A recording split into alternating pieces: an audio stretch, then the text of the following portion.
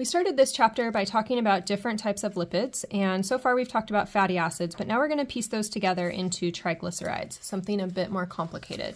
So let's talk a little bit about these triglycerides. First of all, we always start with their structure, and from there we can talk about properties and function. And we have some tasks here, things to look for. So in a triglyceride, first we want to know what they're made of. So we're going to look for a glycerol backbone. The structure of glycerol was earlier in the notes here. And so glycerol backbone is 3 carbons and 3 oxygens. So that's going to be this piece here. A cartoon kind of way to draw our triglycerides would be like this. So here's my glycerol. And then I have 3 fatty acids. 1, 2, 3. They don't exactly look like fatty acids still. They're missing a bit of their head, but that's because we've made a new functional group. And so there's our fatty acids. It doesn't tell you to do this in the tasks, but let's also find a functional group linking these. And this is my ester functional group. And then I have these 3 fatty acids. All right, so some things that I notice in this triglyceride, these 3 fatty acids all have carbon-carbon single bonds. So all of these tails are saturated. They're also relatively short, 1, 2, 3, 4, 5, 6 carbons. So relatively short. We can see up to like 18 carbons sometimes in fatty acids. And so we would guess that this is probably from an animal source due to the fact that it is saturated, but maybe it could be from an unusual plant oil like coconut oil, which happens to have relatively short fatty acid chains and some saturated fats. That's kind of unusual for plants. So that's what a saturated fat would look like, or a saturated fat that's in triglyceride, or we see that on our label.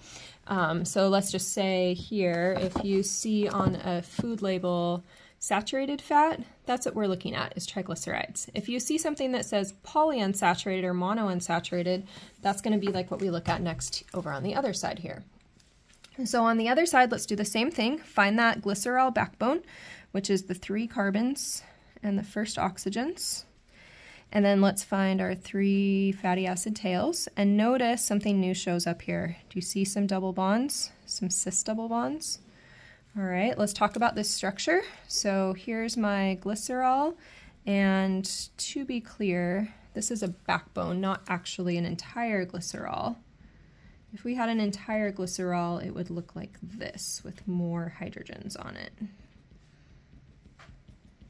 can see that up on the left. Okay, so I've got my glycerol backbone, and then I have these 3 fatty acids, because it's a triglyceride, right? So we always have that 3 fatty acid structure. And if I look at these, this first tail here, I would say is saturated because it's all single bonds. In the second one, I can see that I have 1 double bond, so that would be mono unsaturated. And then here I've got multiple cis double bonds, and so this would be what we would call polyunsaturated. So this is more typical of what you'd find in nature, where you would have different fatty acids, different types of them, all in the same triglyceride. This would be less common. So taking those pictures, let's go ahead and move down to how those structures play out as properties and functions. So these saturated fats are not going to be water soluble. Lots of carbons and hydrogens. Likewise, these others over here, also not water soluble. And so if you can think about like trying to take some canola oil, okay, or some butter and trying to mix those with water, they don't mix, right? You end up with layers, so not water soluble. These saturated fats, like my butter here, are going to tend to be solid at room temperature.